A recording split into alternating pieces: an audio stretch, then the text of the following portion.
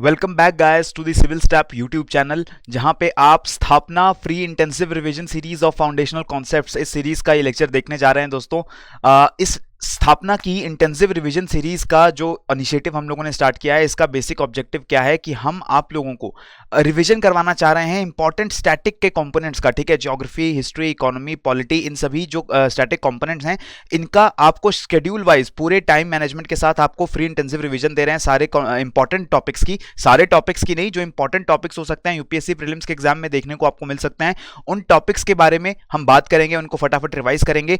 और जो इस पूरे इनिशिएटिव का क्रक्स है वो क्या है कि आज के दिन, मतलब जिस दिन आप स्थापना का फ्री इंटेंसिव लेक्चर देख रहे हैं, रिवीजन लेक्चर देख रहे हैं, उसी दिन शाम को आप 8 बजे हमारे साथ लाइव एमसीक्यूज को सॉल्व करने वाले हैं। ठीक है, जिन टॉपिक्स की बात हम करेंगे in the morning lecture the topics that we are discussing, उन्हीं टॉपिक्स के पर्टेनिंग एमसीक्यूज को हम शाम को सॉल्व करेंगे। शाम को 8 बजे उन एमसीक्यूज को सॉल्व करने वाले हैं। आज हम लेसन 2 स्टार्ट कर रहे हैं for the geography module. Yesterday हमने लेसन 1 किया था कंप्लीट, जिसमें हमने जियोमॉर्फोलॉजी की बात की थी। ठीक है, तो यानी 2 मार्च को 2020 को हमने जियोमॉर्फोलॉजी से जुड़े हुए कुछ इंपॉर्टेंट टॉपिक्स को डिस्कस किया था मॉर्निंग के लेक्चर में, और शाम को एमसीक्यूज सॉल्व किए थे उन टॉपिक्स के बारे में, जैसे हमने longitudes, latitudes, motions of earth and eclipses, composition interior of earth, tectonic theory, इन टॉपिक्स को डिस्कस किया था लास्ट लेक्चर में। आज के लेक्चर में, that is the lecture for 3 March, what we will do is we will talk about atmosphere, heating and cooling of earth, pressure belts, winds and jet streams. तो इन topics को हम briefly quickly revise करेंगे, important चीजों को ध्यान रखते हुए आगे बढ़ेंगे। हम देखेंगे कि किन चीजों पे ध्यान रखना ज्यादा जरूरी हो जाता है एस्पिरेंट्स के लिए, कहां पे कंफ्यूजन के चांसेस बनते हैं, स्कोप बनते हैं। और एमसीक्यूज जब आप शाम को मेरे साथ सॉल्व करने वाले हैं, इन्हीं टॉपिक्स के ऊपर we will be solving many MCQs, और उन एमसीक्यूज के ऊपर, उन एमसीक्यूज को सॉल्व करके we will get to know कि जितनी भी प्रिपरेशन अभी तक हमने की है, आपने हमारे सिविल स्टैफ के सोर्सेज को कंसल्ट किया है, चाहे आपने दूसरे सोर्सेज को कंसल्ट किया है, इन सोर्सेज को कंसल्ट करने के बाद जो भी इंफॉर्मेशन आपके पास आई है, are you able to solve MCQs जो यूपीएससी प्रीलिम्स में you can see, are you able to solve those MCQs, ये हमें पता चलने वाला है शाम के सेशन में। तो फ्रेंड्स, आपको इस स्थापना सेशन के बाद शाम को भी हमारे साथ दोबारा जुड़ना होगा और ये टेस्ट करना होगा कि किस तरीके की प्रिपरेशन आपकी चल रही है। And this entire schedule is also available with you 4 मार्च को, यानी कि कल के दिन, tomorrow will be talking about the climatic types, El Nino and world map. ठीक है, तो बहुत इंटरेस्टिंग कल का सेशन भी होगा। और उसके बाद 5th, 6th and 7th March we will be discussing the geography specific to the India. ठीक है, इंडिया से रिलेटेड ज्योग्राफी की हम बात करेंगे उसके बाद। तो ये हमारे पूरे ज्योग्राफी का शेड्यूल है जो मैंने आप लोगों के सामने रखा है। इसके बाद हम लोग एनवायरमेंट का कंपोनेंट स्टार्ट करने जा रहे हैं, वहां भी हम सेम इनिशिएटिव फॉलो करेंगे, सेम पैटर्न फॉलो करेंगे। In the morning you will get a स्थापना revision lecture where we will intensively and briefly revise all the important topics that are important for the upcoming UPSC preliminary examinations, चाहे वो 2020 की हो, 2021 की हो, these topics are gonna remain evergreen, हमेशा important रहने वाले टॉपिक्स हम लोग डिस्कस करेंगे। एंड शाम को हम लोग एमसीक्यू सॉल्व करेंगे उन्हीं टॉपिक्स के ऊपर। ठीक है, अलग अलग सोर्सेज से जो एमसीक्यूज हमने इकट्ठे किए हैं, फ्रेश एमसीक्यूज आपके लिए बनाए हैं, उन सभी एमसीक्यूज को हम आप लोगों के साथ सॉल्व करने वाले हैं। तो दोस्तों, स्टार्ट करते हैं the today's lecture. First of all बात करेंगे एटमॉस्फेयर की। ऑलवेज रिमेंबर, जो हम ये सीरीज कर रहे हैं, जो लेक्चर हम लोग देख रहे हैं, this is not the entire syllabus. ठीक है, यस्टरडे जो हमने लेक्चर किया था, तो मुझे ये भी देखने को आया कि some of the students they were a bit confused कि क्या ये जो हम सिलेबस कवर कर रहे हैं, जो टॉपिक्स कवर कर रहे हैं, are they enough for the UPSC prelims? So no, they are not enough for UPSC prelims. UPSC prelims में specially for the component of geography the syllabus is very vast and very complex also. ठीक है, बहुत अलग अलग topics के बारे में बात होती है, and the syllabus is very vast. We can not cover in these entire revision series, क्योंकि यहाँ पे हमारा ऑब्जेक्टिव इज रिविजन।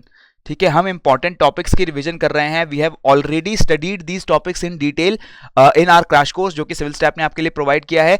एंड जिन्होंने क्रैश कोर्स अभी तक नहीं लिया है, आगे लेने वाले हैं, या फिर जो अलग सोर्सेज को कंसल्ट कर रहे हैं, एनसीईआरटीज को, डिफरेंट स्टैंडर्ड बुक्स को, या फिर हो सकता है आप दूसरे कोचिंग इंस्टीट्यूशंस को भी आप कंसल्ट कर रहे हो, उनके भी नोट्स को पढ़ने के बाद अब आप रिविजन करने जा रहे हैं। ठीक है, तो इस बात का हमें हमेशा ध्यान रखना है। We will be talking about the revision. So atmosphere की रिवीजन कर रहे हैं पहले। सबसे पहले एटमॉस्फेयर की बात करते हैं। एटमॉस्फेयर की डेफिनेशन क्लियर है, it is a thick envelope of gases which surrounds the earth bounded by the force of gravity. Gravity की फोर्स से एटमॉस्फेयर जो है, गैसेस का एक एनवेलप है जो अर्थ के अराउंड सराउंड करता है हमको। Composition of atmosphere, this is important. जब आपको यूपीएससी प्रीलिम्स में क्वेश्चंस देखने को मिलेंगे ना, तो वहां पे एटमॉस्फेयर की डेफिनेशन आपसे कोई नहीं पूछेगा, लेकिन ये आपकी कंसेप्चुअल क्लैरिटी के लिए ज्यादा इंपॉर्टेंट है। क्वेश्चंस किसके ऊपर आ सकते हैं, आपको ये पता होना चाहिए कि एटमॉस्फेयर कैसा है, किस तरीके का स्ट्रक्चर है, what are the different constituents in our atmosphere. So if we talk about the composition, तो nitrogen, 78% and oxygen 21%, they make almost 99% of the atmosphere. Atmosphere में जितनी भी अलग अलग गैसेज हैं, जो भी अलग सब्सटेंसेज हैं, उनमें से nitrogen and oxygen, these two are the most dominant gases, and nitrogen 78% के साथ सबसे टॉप पे आ रहा है, उसके बाद आ रहा है ऑक्सीजन. बाकी जो गैसेज हैं they are in very minute amounts, and the third number is occupied by argon. ठीक है, इस बात को आपको ध्यान रखना है. आर्गन है, फिर कार्बन डाइऑक्साइड है. तो यहां पे भी कंफ्यूजन का स्कोप नहीं होना चाहिए. Carbon dioxide is a very important gas. अलग अलग वेदर फिनोमिना में लाइफ को सपोर्ट करने के लिए कार्बन डाइऑक्साइड बहुत ज्यादा इंपॉर्टेंट गैस है. But still in our atmosphere it is not more than 0.036%. ठीक है, very minuscule amount with carbon dioxide, and then it is followed by other gases like neon, helium, krypton and water vapour. ठीक है, so these gases they are occurring in trace amounts. Majority gases, उनको आपको याद रखना है. Addition, अब देखिए gases तो है हमारे एटमॉस्फेयर में, और मैंने आपको बताया भी कि atmosphere is a thick envelope of gases, but not only gases are existing in the atmosphere. Atmosphere में गैसेस के साथ और भी दूसरी चीजें होती हैं, जैसे बहुत सारे सॉलिड पार्टिकल्स होते हैं जो एटमॉस्फेयर में फ्लोट कर रहे होते हैं because of their very less, very tiny size and very less weight. So उन पार्टिकल्स को हम बोलते हैं एरोसोल्स. एरोसोल्स क्या है, कैसे ओरिजिनेट होते हैं, इनके क्या इफेक्ट्स होते हैं, ये सारी चीजें डिटेल में क्रैश कोर्स में हमने कवर की थी. लेकिन इसलिए मैं दोबारा यहां से वो सारी चीजें डिटेल में नहीं बताने वाला हूं. हम बस रिवाइज करने वाले हैं कि एरोसोल्स क्या होते हैं. Aerosols basically what are these small particles of various solids and liquids also. ठीक है, सॉलिड्स लिक्विड्स दोनों के पार्टिकल्स जो बहुत स्मॉल हो जाएंगे उनको हम बोलते हैं aerosols, and they remain suspended in the gaseous mixture of our atmosphere. हमारे एटमॉस्फेयर में जो नाइट्रोजन ऑक्सीजन का मिक्सचर बना हुआ है, इसमें ही फ्लोट करते रहते हैं ये एरोसोल्स. इन एरोसोल्स का बहुत ज्यादा इंपॉर्टेंट रोल है. इंपॉर्टेंट रोल क्या है कि कॉन्सेंट्रेशन जो है इनका एरोसोल्स का वो चेंज होता रहता है. पहली बात, नाइट्रोजन ऑक्सीजन जैसी गैसेस की बात कर रहे हैं हम, तो their composition is on an average uniform throughout the globe, but for aerosols their concentration differs greatly. कुछ जगहों पे फॉर एग्जाम्पल अर्बन एरियाज की अगर हम बात करेंगे, सिटीज की बात करेंगे, तो वहां पे एरोसोल्स आपको ज्यादा देखने को मिलेंगे. बट वहीं हो सकता है कि रूरल एरियाज में, फॉरेस्टेड एरियाज में एरोसोल्स थोड़े कम देखने को मिले. तो एरोसोल्स की कंसंट्रेशन वेरी करती रहती है, एंड एरोसोल्स की कंसंट्रेशन के बेसिस पे वेदर पे भी बहुत सारे इफेक्ट देखने को मिलते हैं. रेन की अगर हम बात कर रहे हैं, रेन के लिए क्या जरूरी है, रेनफॉल जो होती है उसके लिए क्लाउड फॉर्मेशन जरूरी है, बिल्कुल जरूरी है. और क्लाउड फॉर्मेशन के लिए what you need aerosols, because clouds बनते हैं वाटर की कंडेंसेशन से. ठीक है, जो वाटर वेपर होगा when it goes into the atmosphere then it starts condensing. जब कंडेंस हो जाता है वाटर वेपर, तब वो क्लाउड्स की फॉर्मेशन करता है. कैसे? वाटर ड्रॉपलेट्स की फॉर्म करके. तो ये जो कंडेंसेशन होने वाला है वाटर वेपर का, it has to occur on some kind of surface. ठीक है, किसी सॉलिड या लिक्विड सरफेस के ऊपर ही कंडेंसेशन हो पाएगा. हवा में ऐसे ही किसी बिना किसी चीज के जो कंडेंसेशन है वो नहीं हो पाएगा. सो कंडेंसेशन के लिए जो सरफेस चाहिए, that surface is provided by aerosols. So if your atmosphere is filled with aerosols, तो उनको वाटर वेपर को कंडेंस होने के लिए ज्यादा जगह मिलती है और क्लाउड फॉर्मेशन में ज्यादा हेल्प मिलती है. तो ये हमारे एटमॉस्फेयर का कॉम्पोजिशन है, इसको हमने देख लिया. अगेन आप इस टेबल में बाकी गैसेस की भी रिलेटिव कंसंट्रेशन देख सकते हैं. सो आई एम नॉट सेइंग कि ये सारा ऑर्डर आपको याद रखना जरूरी है. ये ऑर्डर याद रखना, this is not very important because UPSC obviously आपसे ये ऑर्डर नहीं पूछने वाली है. बट स्टिल आपको कंफ्यूज करने के लिए यूपीएससी इन अलग अलग गैसेस का इस्तेमाल जरूर कर सकती है. आपको बेसिक चीजें ध्यान रखनी है. नाइट्रोजन ऑक्सीजन टॉप पे है, बाकी सब गैसेस बाद में आ रही हैं, और उनमें से भी आर्गन एंड कार्बन डाइऑक्साइड जो माइन्यूट गैसेस है उनमें से टॉप 2 गैसेस आ रही हैं, आर्गन एंड कार्बन डाइऑक्साइड. अब हम बात करते हैं एटमॉस्फेयर के स्ट्रक्चर की. तो एटमॉस्फेयर का स्ट्रक्चर अगेन डेंसिटी के हिसाब से अलग अलग लेयर्स में डिस्ट्रीब्यूटेड है. हमने अर्थ के स्ट्रक्चर की बात की थी लास्ट लेक्चर में. ठीक है, अर्थ का जो इंटीरियर स्ट्रक्चर है उसमें हमने देखा it consists of several concentric layers. तो अर्थ का जो स्ट्रक्चर बना हुआ है, अलग अलग लेयर्स बनी हुई है, उसका बेसिस क्या है, लेयर्स क्यों बन गई हैं? क्योंकि जो मटेरियल है अर्थ के अंदर उसकी डेंसिटी चेंज हो रही है. So all these different layers, core, mental, crust, ये डेंसिटी के हिसाब से अरेंज हो गई हैं. सबसे कम डेंसिटी जो है, सबसे लीस्ट डेंसिटी है, वो क्रस्ट के पास आ गई है, और जैसे जैसे हम कोर की तरफ जा रहे हैं तो डेंसिटी इंक्रीज हो रही है. सेम सा फंडा थोड़ा सा एटमॉस्फेयर में भी लग रहा है. यहां पे एटमॉस्फेयर भी अरेंज हो जाता है into different layers based on the density. ठीक है, सबसे डेंस एटमॉस्फेयर कहां आपको देखने को मिलेगा? Near the surface. ठीक है, सबसे नीचे सरफेस से अगर आप स्टार्ट करेंगे तो सबसे ज्यादा डेंस एटमॉस्फेयर होगा, और जैसे जैसे आप ऊपर जा रहे हैं, अपनी हाइट इंक्रीज कर रहे हैं, the density of atmosphere will start decreasing. ठीक है, तो ये क्यों हो रहा है? बिकॉज ग्रेविटी की वजह से एटमॉस्फेयर को बाउंड किया गया है. ग्रेविटी नीचे अर्थ की तरफ पुल कर रही है सारी गैसेस को. Therefore the highest density is seen near the surface, and as we go up in height the density starts decreasing. अब हमने एटमॉस्फेयर को स्ट्रक्चर स्टडी करते वक्त 2 स्फेयर्स में सबसे पहले डिवाइड किया. हमने बात किया होमोस्फेयर एंड हेटेरोस्फेयर का. होमोस्फेयर वो जोन है एटमॉस्फेयर का where the gases they are in a uniform composition, uniform concentration, because turbulent mixing हो रही है. ठीक है, turbulent mixing of gases is happening, therefore homosphere में आपको होमोजेनस कॉम्पोजिशन देखने को मिलता है ऑफ गैसेस। जो गैसेस हैं हर जगह होमोस्फेयर में सेम कॉन्सेंट्रेशन में देखने को मिलेंगी, that is 78% N2 and 21% O2। और ये जो होमोस्फेयर है सरफेस से स्टार्ट होकर 80 to 100 किलोमीटर तक की हाइट तक एक्सटेंड करने वाला है। उसके बाद शुरू होगा heterosphere. Heterosphere that is above the 100 kilometre height, 80-100 kilometre height. यहां पे जाके आपकी डेंसिटी एटमॉस्फेयर की बहुत कम होने लगती है और स्ट्रैटिफाई होने लगती है गैसेस। स्ट्रैटिफाई होने का ये मतलब हुआ कि जो लाइटर गैसेस हैं वो ज्यादा हाइट पे चली जाती हैं और जो हेवियर गैसेस हैं लाइक N2 एंड O2 वो नीचे आ जाती हैं, मतलब कि उनकी हाइट लोअर हाइट पे वो आके सेटल हो जाती हैं। So N2 gases, O2 gases, they will be settling on the lower side of heterosphere. और हेटेरोस्फेयर में आप ऊपर जाएंगे तो ये जो गैसेस हैं, लाइट गैसेस हैं, हाइड्रोजन हीलियम जैसी गैसेस हैं, वो एग्जिस्ट करने लगेंगी। तो हेटेरोस्फेयर हमने अलग स्फेयर क्यों बनाए? Because here you can see the composition of air is not homogeneous, it is heterogeneous composition.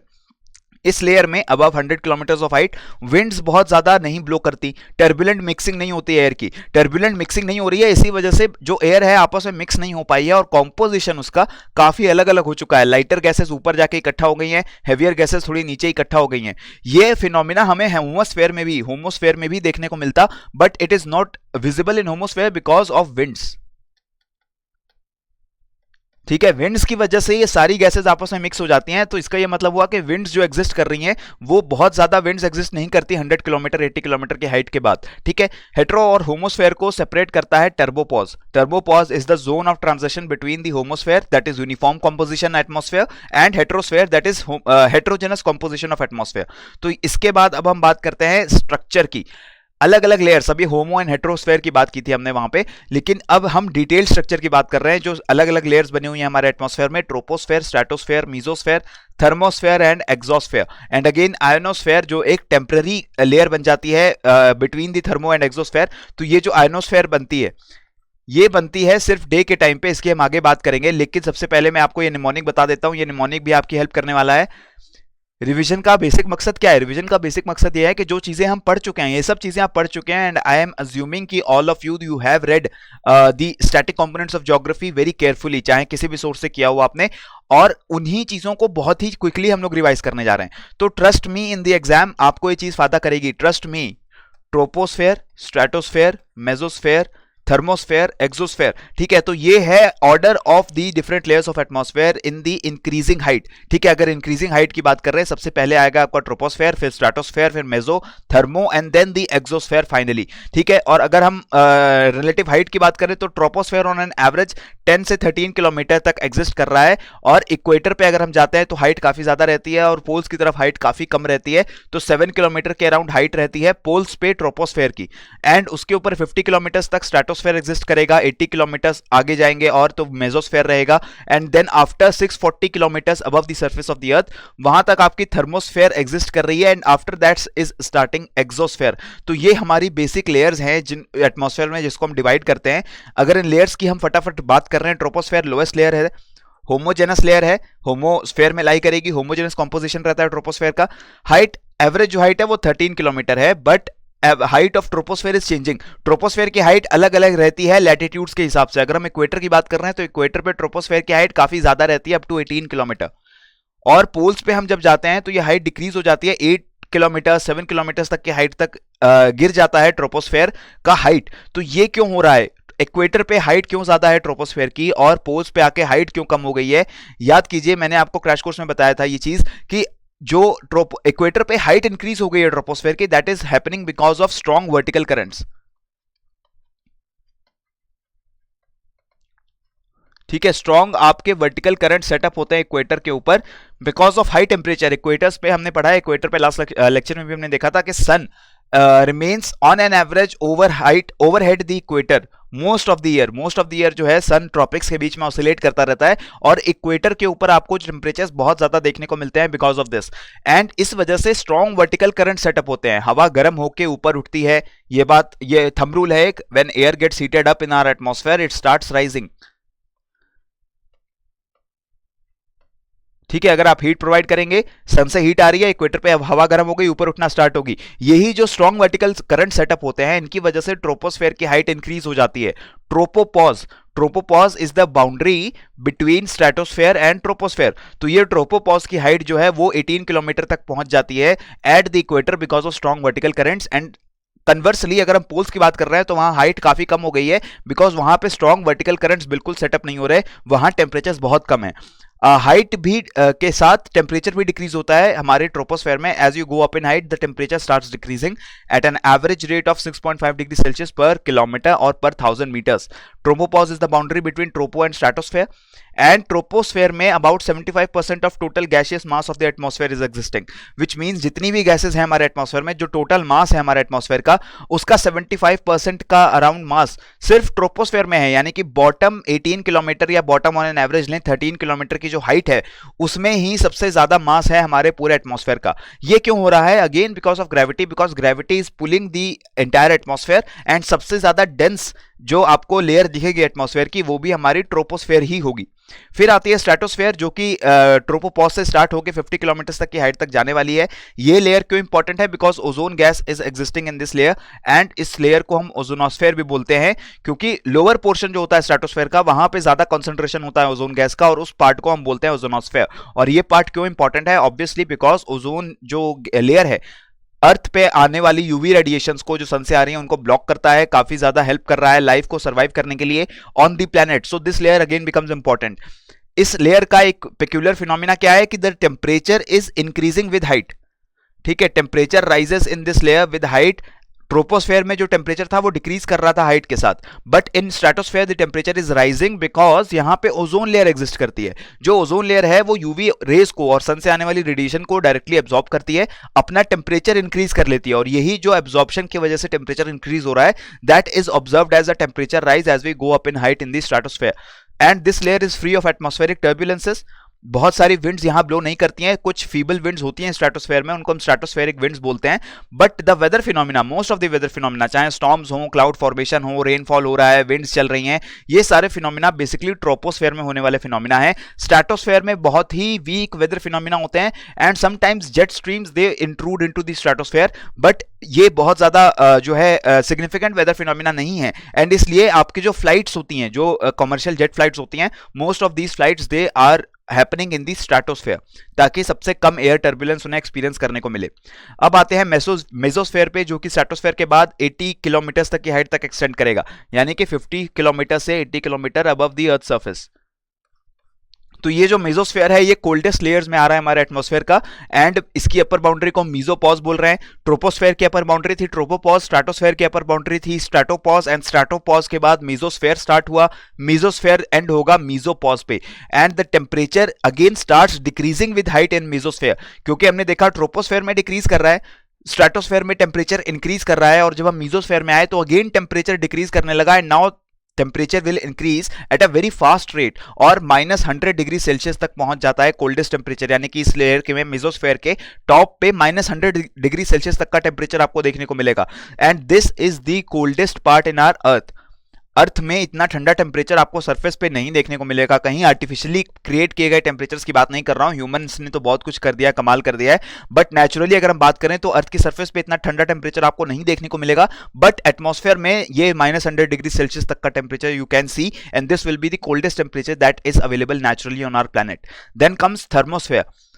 Thermosphere mesopause के बाद लाई कर रही है, यानी मेसोस्फेयर के बाद लाई कर रही है, अबव 80 किलोमीटर की हाइट तक एक्सटेंड कर रही है thermosphere and temperature is now against rising rapidly with height. तो आप देख रहे हैं टेम्परेचर का एक जो चेंज है वो ऑसिलेट हो रहा है। सबसे पहले ट्रोपोस्फेयर में अगर हम बात करें तो डिक्रीज कर रहा था, फिर इंक्रीज करने लगा स्ट्रेटोस्फेयर में, दोबारा से मेसोस्फेयर में डिक्रीज किया है टेम्परेचर और काफी ठंडा टेम्परेचर पहुंच गया। ठीक है, -100 डिग्री सेल्सियस तक डिक्रीज कर चुका है, लेकिन अब टेम्परेचर बहुत ही तेजी से बढ़ने वाला है थर्मोस्फेयर में। ठीक है, और हाई टेम्परेचर जो है अराउंड 200 डिग्री सेल्सियस तक का टेम्परेचर मिलेगा आपको 350 किलोमीटर तक की हाइट पे। So this temperature is not measured by ordinary thermometers. ठीक है, ऑर्डिनरी थर्मोमीटर से आप ये टेम्परेचर क्यों नहीं मेजर कर पाएंगे, बिकॉज थर्मोस्फेयर में जब आप पहुंच रहे हैं तो आप काफी हाइट तक जा चुके हैं। ठीक है, आप 300 किलोमीटर 200 किलोमीटर इस हाइट की बात कर रहे हैं। इस हाइट पे the atmosphere is now not that dense. जो हम सरफेस पे एटमॉस्फेयर देख रहे हैं इतना डेंस एटमॉस्फेयर नहीं है, काफी रेयर एटमॉस्फेयर है, बहुत ही लाइट गैसेस है वहां पे। So this temperature that is 200 degree Celsius तक का अगर टेम्परेचर है तो वो एयर में आपको फील नहीं होगा, बिकॉज आपके सराउंडिंग जो एयर है वो बहुत ज्यादा डेंस नहीं है, बहुत लाइट एयर है, बहुत ही कम मॉलिक्यूल्स हैं एयर के आपके आसपास, बहुत ही कम गैसेस के मॉलिक्यूल्स हैं, एंड देयरफॉर ये जो टेम्परेचर है you will not be able to feel और sense this temperature using ordinary thermometers. ठीक है, और इसका रीजन क्या है, गैसेस की लो डेंसिटी हो जाती है थर्मोस्फेयर में। Lower portion is composed of nitrogen and oxygen in atomic forms and ISS is also orbiting the earth in this layer. तो आप देख रहे हैं जो इंटरनेशनल स्पेस स्टेशन है ये स्पेस में नहीं है, टेक्निकली ये जो है थर्मोस्फेयर में ही है, अभी हमारा एटमॉस्फेयर के अंदर ही है, थर्मोस्फेयर में ही ऑर्बिट कर रहा है, and thermopause is the upper limit of thermosphere. ठीक है, और इसकी थर्मोपॉज की हाइट जो है यानी थर्मोस्फेयर की जो अपर हाइट है ये काफी वेरी करती रहती है depending upon the solar activity, because now you can C thermosphere इतनी ज्यादा हाइट पे है कि सन से आने वाली रेडिएशंस का बहुत ज्यादा इंपैक्ट पड़ता है थर्मोस्फेयर के ऊपर, एंड देयरफॉर थर्मोस्फेयर की हाइट भी चेंज होती रहती है because of this solar activity. अगर सोलर एक्टिविटी में कुछ चेंज हो रहा है तो उसके हिसाब से थर्मोपॉज में आयोनाइज्ड गैसेस के जो एटम्स होते हैं उनके कंसंट्रेशन में भी चेंज हो सकता है और थर्मोस्फेयर की हाइट जो है वो कम या ज्यादा हो सकती है। अब हम बात करते हैं आयोनोस्फेयर की, जो कि एक टेम्पररी लेयर है हमारे प्लैनेट के एटमॉस्फेयर में। सो आयोनोस्फेयर एक रीजन है हमारे एटमॉस्फेयर का बेसिकली जो आयोनाइज्ड हो जाता है बाय सोलर रेडिएशन। ठीक है, तो आयोनोस्फेयर क्या है, कोई अलग से स्पेशल लेयर नहीं बनी, यहां डेंसिटी का कोई डिफरेंस नहीं आ रहा है, यहां पे ये डिफरेंस आ रहा है कि the layer of gases in our atmosphere that is ionized by the solar radiation that is known as ionosphere। Clear हुआ। और जो ऑरोरा ऑस्ट्रालिस एंड ऑरोरा बोरियालिस जैसी पोलर लाइट्स देखने को मिलती हैं ये लाइट्स भी एक्चुअली आयोनोस्फेयर में ही एग्जिस्ट कर रही हैं और सरफेस से हम इनको ऑब्जर्व कर पाते हैं in the polar areas. During day time hours it stretches from 50 to 1000 kilometres and includes the mesosphere, thermosphere and parts of the exosphere. तो you can imagine during the day time जब solar radiation incident है earth के ऊपर उस time पे mesosphere, thermosphere and exosphere इन तीनों layers तक एक्सटेंड करता है हमारा ionosphere because the atoms of gases they are being ionised. But during the night time जब ये सोलर लाइट आपके पास नहीं रहेगी तो ये जो आयोनोस्फेयर है ये एग्जिस्ट करना बंद कर देगी। ठीक है, so ionosphere ceases during the night and auroras are normally seen only in thermo and lower exosphere, क्योंकि जो आयोनाइजेशन है मेसोस्फेयर में बिल्कुल बंद हो जाएगी रात के समय जब सोलर एक्टिविटी नहीं है, सनलाइट नहीं है, और आयोनाइज्ड पार्टिकल सिर्फ थर्मो एंड एक्सोस्फेयर में आपको देखने को मिलेंगे और इसीलिए जो ऑरोराज हैं वो भी आपको इसी हाइट में ऑब्जर्व करने को मिलती हैं। प्रैक्टिकल इंपॉर्टेंस ज्यादा इंपॉर्टेंट है बिकॉज आयोनोस्फेयर की वजह से रेडियो वेव्स जो है उनका प्रोपगेशन पॉसिबल हो जाता है प्लैनेट के ऊपर। जो भी रेडियो वेव्स हम स्काई की तरफ प्रोपगेट करते हैं वो आयोनोस्फेयर से रिफ्लेक्ट बैक हो जाती हैं towards the surface and this helps in radio communication. Exosphere की बात करते हैं नेक्स्ट, जो कि आउटर मोस्ट लेयर है हमारे प्लैनेट के एटमॉस्फेयर का। थर्मोपॉज से स्टार्ट हो रही है हमारी एक्सोस्फेयर और आगे जाके स्पेस में मर्ज हो जाती है। तो अगेन इस चीज का ध्यान रखिए, एटमॉस्फेयर की पूरे एटमॉस्फेयर का कोई अपर बाउंड्री नहीं है जिसको बोलने की ये बाउंड्री बन गई इधर हमारे एटमॉस्फेयर है प्लैनेट का और इधर स्पेस स्टार्ट हो गया। ऐसा नहीं होता है, एटमॉस्फेयर जो है ग्रेजुअली स्पेस में डिफ्यूज हो जाता है। जो गैसेस है उनकी डेंसिटी कम होती जा रही है, कम होती जा रही है और एक पॉइंट यानी एक ट्रांजिशन के बाद ये पूरी डेंसिटी जो है वो लगभग जीरो हो चुकी है, यानी वैक्यूम क्रिएट हो चुका है, अब गैसेस बिल्कुल गायब हो चुके हैं। तो ये जो ट्रांजिशन है, ये ट्रांजिशन इसको हम कोई पॉज नहीं बोल रहे बिकॉज थर्मोपॉज से एक्सोस्फेयर स्टार्ट हो रहा है बट उसके बाद ग्रेजुअली जाके स्पेस में मर्ज हो जाता है। ठीक है, और बहुत सारे जो लाइटर गैसेस हैं वही आपके एक्सोस्फेयर में एग्जिस्ट करती हैं बिकॉज ये सबसे अपर हाइट है हमारे एटमॉस्फेयर का। तो very light gases like hydrogen के मॉलिक्यूल्स, हीलियम के मॉलिक्यूल्स ये यहाँ पे एग्जिस्ट करने वाले हैं and some of these light gases they are also lost into the space from this layer. ठीक है, क्योंकि ग्रेविटी वहां पे काफी वीक है एक्सोस्फेयर में, सो देयरफॉर ये जो लाइट गैसेस हैं ये एस्केप भी करती रहती है एटमॉस्फेयर से आउट ऑफ द स्पेस, यानी स्पेस की तरफ एस्केप कर जाती हैं। तो ये हमारी लेयर्स थी बेसिकली एटमॉस्फेयर की, इनको हमने ब्रीफली रिवाइज किया है। अब हम बात करने जा रहे हैं temperature and heat budget on our planet. So ये हम सब बात जान रहे हैं कि जो सन है वो ultimate source of the energy है for our planet. All of the insolation that we are receiving from the sun, उसी की वजह से सारी एनर्जी जो फोटोसिंथेसिस हो रहा है, जो नेचुरल केमिकल एनर्जी डेवलप हो रही है प्लैनेट पे, वो भी सन की तरफ से आ रही है। जो टेम्परेचर्स हमें देखने को मिलते हैं प्लैनेट पे वो भी क्यों हो रहे हैं, बिकॉज सन का इंसोलेशन है। अलग अलग वेदर फिनोमिना, हमें स्टॉर्म्स देखने को मिलते हैं, विंड्स ब्लो कर रही हैं, रेनफॉल हो रही है, इसके लिए भी जो एनर्जी आ रही है basically that is coming from sun. ठीक है, तो सन से आने वाली जो इंसोलेशन है that is incoming solar radiation. ठीक है, इंसोलेशन का मतलब क्या है? Incoming solar radiation, the radiation that is emitted by sun and is incident on the planet surface. वो रेडिएशन जो कि सन से निकल के अर्थ तक पहुंच रही है उसको इंसोलेशन बोलते हैं। वो लाइट जो सन से निकल के अर्थ पे नहीं आई उसको हम इंसोलेशन में काउंट नहीं करेंगे। ठीक है, वो सनलाइट हो सकती है, वो सोलर लाइट हो सकती है, वो इंसोलेशन नहीं होगी।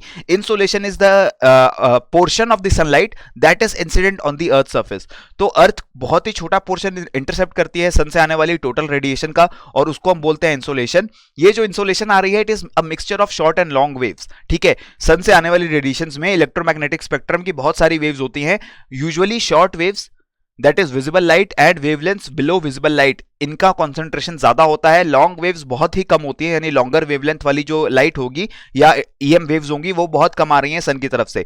शॉर्ट वेव्स आती हैं usually and the earth surface absorbs this radiation, short wave radiation और insolation, and long wave radiation को दोबारा एमिट करता है। अर्थ की सरफेस बेसिकली क्या कर रही है?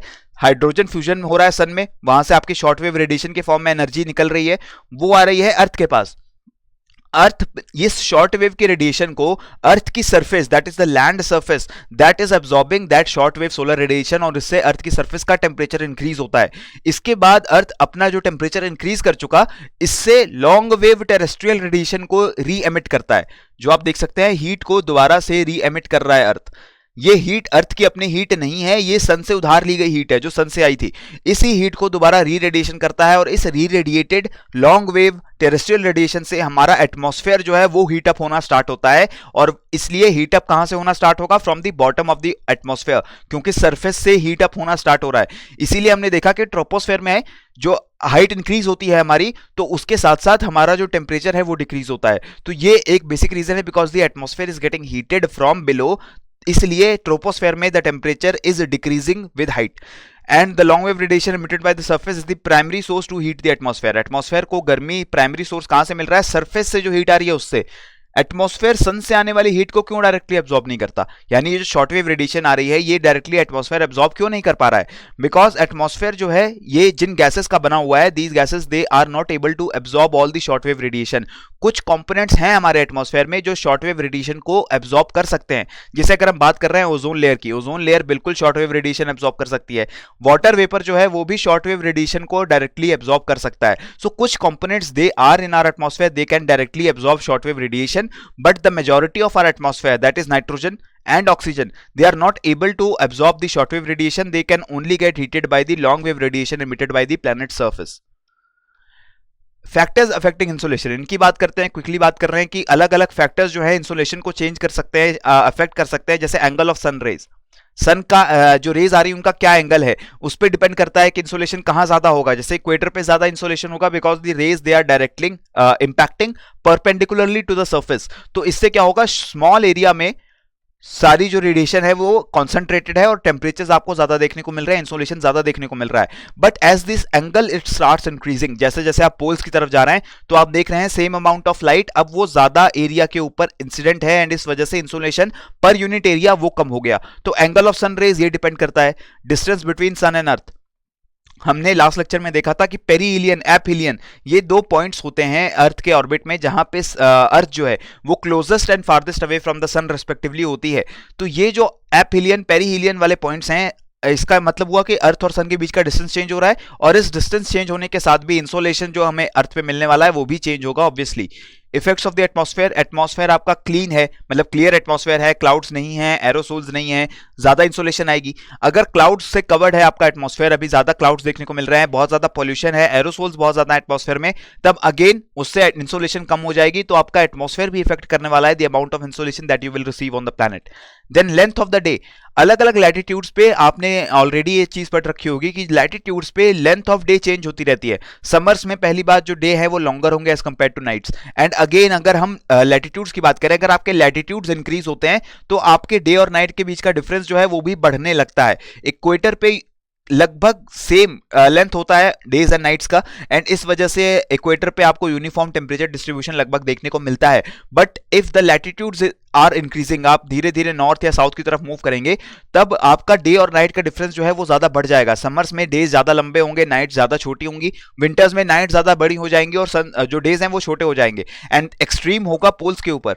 पोल्स पे 24 hours day light and 24 hours darkness वाला फिनोमिना भी देखने को मिलता है आपको सोल्स्टिस के टाइम पे। So length of day, this is also very important. फिर बात आती है एस्पेक्ट की। एस्पेक्ट का क्या मतलब है कि the land forms on our planet वो सन के किस तरफ लाई करते हैं इसके ऊपर भी डिपेंड करता है। जैसे अगर हम नॉर्दर्न हेमिस्फीयर में बात कर रहे हैं तो नॉर्दर्न हेमिस्फीयर में above the tropic of cancer या near around the tropic of cancer कोई भी अगर माउंटेन है, कोई हिल है, तो ऑब्वियसली सन हमेशा साउथ साइड में रहेगा उस हिल के, ठीक है। सो इस वजह से जो सदर्न फेस है वहां पे लाइट रिसीव होगी। उल्टा होगा सदर्न हेमिस्फीयर में जहां पे नदर्न फेस पे लाइट रिसीव हो रही है। तो ये होता है एस्पेक्ट। इसी का मतलब हुआ अगर आप कोई अपनी घर बना रहे हैं, आप कोई सिटी बना रहे हैं, कोई भी बिल्डिंग बना रहे हैं, तो उसमें भी आप एस्पेक्ट देखते हैं कि सन पूरे ईयर किस तरफ रहने वाला है, स्काई के किस तरफ ओरिएंटेड रहेगा सन, उसके हिसाब से भी जो सनलाइट आ रही है उसके हिसाब से भी आपका इंसोलेशन जो है वो डिसाइड होगा। जैसे नॉर्दर्न हेमिस्फीयर में अगर हम बात कर रहे हैं तो नॉर्दर्न फेस जो भी होगा हिल्स का, वहां पे सनलाइट बहुत ही कम आएगी, बहुत कम इंसोलेशन होगा, एंड सदर्न फेस पे ज्यादा सनलाइट होगी। इस वजह से अबंडेंट सनलाइट की वजह से ज्यादा आपको एग्रीकल्चर देखने को मिलेगा on the southern faces of the hills in the northern hemisphere and in southern hemisphere on the northern face. और एग्रीकल्चर होगा यहाँ पे, ज्यादा ह्यूमन सेटलमेंट्स यहाँ देखने को मिल सकती हैं आपको। और दूसरी साइड यानी नॉर्दर्न फेस पे जहां पे ज्यादा सनलाइट नहीं आ रही है, ये फॉरेस्टेड एरिया होगा, ठीक है। यहां पे ज्यादा ह्यूमन सेटलमेंट्स नहीं होंगी और ज्यादा एग्रीकल्चर भी यहां फ्रूटफुल नहीं होगा। इस वजह से ये जो एरिया है नॉर्थ फेस जो होगा ये फॉरेस्टेड एरिया होगा, काफी रगेड एरिया होगा। तो ये हमारे कुछ फैक्टर्स है जो इंसोलेशन को इफेक्ट कर रहे हैं। और अब हम अक्रॉस लैटिट्यूड्स इंसोलेशन का डिस्ट्रीब्यूशन इसको एक बार समझ लेते हैं। दोस्तों अगर ये चीज हमें समझ आ गई तो काफी आसान हो जाएगा क्लाइमेटोलॉजी का पूरा चैप्टर, ठीक है। ये इंपॉर्टेंट टॉपिक क्यों बनाया है मैंने, टेम्परेचर की बात हम लोग क्यों कर रहे हैं, हीटिंग कूलिंग की बात क्यों कर रहे हैं, बिकॉज इंसोलेशन यानी कि हीटिंग की वजह से सारे वेदर फिनोमिना इसी की वजह से होने वाले हैं, ठीक है। तो लैटिट्यूड्स के अक्रॉस इंसोलेशन कैसे वेरी कर रहा है ये बहुत इंपॉर्टेंट हो जाता है। इस ग्राफ में आप देखिए 0 degree, that is this yellow line, ये इक्वेटर के ऊपर जो भी आपका इंसोलेशन आ रहा है उसकी वेरिएशन है ऑन डिफरेंट मंथ्स, ठीक है। जनवरी से लेकर दिसंबर तक इक्वेटर पे इंसोलेशन कैसे वेरी कर रही है आप लोग देख सकते हैं। इक्वेटर में मैक्सिमम इंसोलेशन आएगी around the times of equinoxes, ठीक है। ये जो मार्च में एंड सितंबर में जो लाइंस दिख रही हैं, ये जो दो लाइंस हैं, ये इक्विनॉक्स का दिन है, यानी कि जो सन है वो इक्वेटर के ऊपर है। इस टाइम पे इक्वेटर पे आपको सबसे मैक्सिमम इंसोलेशन देखने को मिलेगी, लोएस्ट इंसोलेशन देखने को मिलेगी at the time of solstice, जब सन जो है वो ट्रॉपिक ऑफ कैंसर या कैप्रिकॉर्न के ऊपर चला गया। इस केस में देखिए इक्वेटर में highest insolation and lowest insolation के बीच में बहुत ज्यादा डिफरेंस नहीं है, यानी कि बहुत ज्यादा वेरी नहीं करती insolation, and average insolation is highest. बाकी 20, 40, 60, 66.5 डिग्री लैटिट्यूड की अगर हम बात करेंगे, इंसोलेशन बहुत ज्यादा वेरी कर रही है। इक्वेटर पे लगभग बराबर इंसोलेशन है। इसी वजह से ये जो इक्वेटोरियल बैंड है इसको हम बोलते हैं टॉरिड जोन में आता है। इसको इक्वेटोरियल बैंड अलग से बोला जाता है because of very high temperatures that exist in this particular layer through out the year, ठीक है। तो ये बात आपको समझ आई। फिर अब जैसे जैसे आपका लैटिट्यूड इंक्रीज होगा, आप नॉर्थ या साउथ किसी भी तरफ मूव करना स्टार्ट कर गए हैं, तब आप देखेंगे कि जो आपकी इंसोलेशन है अब वो सोल्स्टिस के टाइम पे मैक्स होने वाली है, ठीक है। सोल्स्टिस के टाइम पे मैक्स इंसोलेशन होगी एंड बाकी इक्विनॉक्सेस के टाइम पे मीडियम इंसोलेशन एंड दूसरे टाइम्स पे ये जो इंसोलेशन है वो बिल्कुल कम हो जाएगी। जैसे अगर हम एक्सट्रीम केस पोल्स की बात कर रहे हैं, 90 डिग्री की बात कर रहे हैं, सबसे ज्यादा इंसोलेशन मिलेगी आपको जून के मंथ में, और ये बात हो रही है नॉर्थ पोल की। नॉर्थ पोल पे जून के मंथ में यानी समर सोल्स्टिस के टाइम 24 आवर का डे लाइट होगा, और इस वजह से आप देख सकते हैं इक्वेटर से भी ज्यादा लाइट रिसीव करने वाला है 90 डिग्री नॉर्थ लैटिट्यूड। बट यही चीज बाकी टाइम पे रिवर्स हो जाएगी जब विंटर्स आ जाएंगे, यानी कि बिटवीन द इक्विनॉक्सेस आप देख सकते हैं इंसोलेशन बिल्कुल जीरो हो चुकी है, ठीक है। इस एरिया में इंसोलेशन बिल्कुल जीरो है। जीरो क्यों है इंसोलेशन? बिकॉज अब यहां पे डार्कनेस है, यहां पे डार्कनेस है, यहां पे कोई इंसोलेशन नहीं आ रही है, विंटर्स चल रहे हैं नॉर्दर्न हेमिस्फीयर में। तो आप देख सकते हैं इक्वेटर पे इंसोलेशन वेरी नहीं करती, बहुत ज्यादा वेरिएशन नहीं है इंसोलेशन के बीच में। Maximum and minimum insolation they are somewhat similar. But अगर हम पोल्स की तरफ जाते हैं तो बहुत ज्यादा डिफरेंस हो जाता है मैक्सिमम एंड मिनिमम इंसोलेशन में। और बीच के जो लैटिट्यूड्स होंगे, ये लैटिट्यूड्स जैसे जैसे लैटिट्यूड का एंगल इंक्रीज हो रहा है, this difference will start increasing. आप देख सकते हैं 20 डिग्री में भी डिफरेंस कितना ज्यादा है, 40 डिग्री में this difference is again increasing. Maximum insolation आगे बढ़ गई एंड मिनिमम इंसोलेशन भी थोड़ी कम हो गई। 60 डिग्री में मैक्सिमम इंसोलेशन और इंक्रीज हो गई, मिनिमम इंसोलेशन और कम हो गई। तो ये डिफरेंस, इसको हम बोलते हैं इंसोलेशन रेंज। ये इंसोलेशन रेंज आपकी बहुत ज्यादा चेंज हो जाएगी एंड इसी की वजह से जो टेम्परेचर रेंज है, ये भी बहुत ज्यादा बढ़ जाती है हायर लैटिट्यूड्स में। इक्वेटर पे हम बोलते हैं always the diurnal and annual range of temperature is small, temperature बहुत ज्यादा वेरी नहीं करेगा क्योंकि इंसोलेशन वेरी नहीं कर रही है। सेम कॉन्सेप्ट हम आगे भी फॉलो करते आएंगे जैसे जैसे पोल्स की तरफ जा रहे हैं। The diurnal and annual range of temperature will start increasing because the range of insolation is starting to increase. तो ये हमने देखा कि इक्वेटोरियल एरिया है, उसके बाद ट्रॉपिकल, सब ट्रॉपिकल, मिड लैटिट्यूड, सब Arctic and north polar, and similarly in the southern hemisphere tropical, सब ट्रॉपिकल, मिड लैटिट्यूड, सब Antarctic and Antarctic south polar. तो इस तरीके से हमने क्लाइमेटिक जोन्स भी डिवाइड कर दिए हैं बेस्ड ऑन लैटिट्यूड्स। और इक्वेटोरियल में सबसे ज्यादा इंसोलेशन, सबसे ज्यादा टेम्परेचर, एंड देन ये जो इंसोलेशन एंड टेम्परेचर है वो डिक्रीज होता जाएगा टुवर्ड्स द पोल्स। सीजनैलिटी बढ़ती जाएगी, ये कहना थोड़ा गलत होगा कि टेम्परेचर डिक्रीज ही होगा, सीजनैलिटी बढ़ जाएगी। कुछ टाइम पे बहुत ज्यादा टेम्परेचर होंगे, कुछ टाइम पे बहुत ही ठंडे टेम्परेचर होंगे। तो ये चीज हो जाएगी जैसे जैसे आपका लैटिट्यूड इंक्रीज होगा। अब लैप्स रेट के बारे में मैं आपको बता देता हूं। ये लैप्स रेट भी एक बहुत इंपॉर्टेंट टॉपिक है। मैंने आपको कहा कि ट्रोपोस्फेयर में as you go up in height the temperature starts to decrease. अब ये जो टेम्परेचर का डिक्रीज हो रहा है, this is happening at an average rate जिसको हम बोलते हैं एनवायरमेंटल लैप्स रेट। ठीक है, this is the normal lapse rate. ये रेट का डेफिनेशन ही है कि the decrease in temperature with increasing height. तो लैप्स रेट जो है वो पॉजिटिव होगा when temperature is decreasing with height. ठीक है, यानी कि मैंने आपको बताया अगर 6.5 डिग्री सेल्सियस पर किलोमीटर का लैप्स रेट है, सो दिस इज पॉजिटिव, राइट। यह मैंने आपको नेगेटिव 6.5 डिग्री नहीं बताया, मैंने बोला 6.5 डिग्री सेल्सियस पर किलोमीटर। और इसका ये मतलब है कि 1 किलोमीटर आप आगे बढ़ेंगे, मतलब ऊपर जाएंगे, हाइट में जाएंगे, तो आपका 6.5 डिग्री सेल्सियस टेम्परेचर एटमॉस्फेयर का कम हो जाएगा। तो ELR that is environmental lapse rate, और इसको NLR भी बोलते हैं, normal lapse rate. This lapse rate is positive when temperature decreasing with increasing height. It will be zero when temperature is constant, but if temperature is also increasing with height, तब ये negative हो जाएगा आपका lapse rate. ठीक है, तो इस बात का आपको ध्यान रखना है, कंफ्यूज नहीं होना है। टेम्परेचर कम होगा तो लैप्स रेट पॉजिटिव है, क्योंकि इस रेट का नाम ही है लैप्स रेट। डिक्रीज होने का रेट क्या है? The lapse rate of non-rising air is environmental lapse rate और normal lapse rate that is 6.5 degree Celsius per kilometre.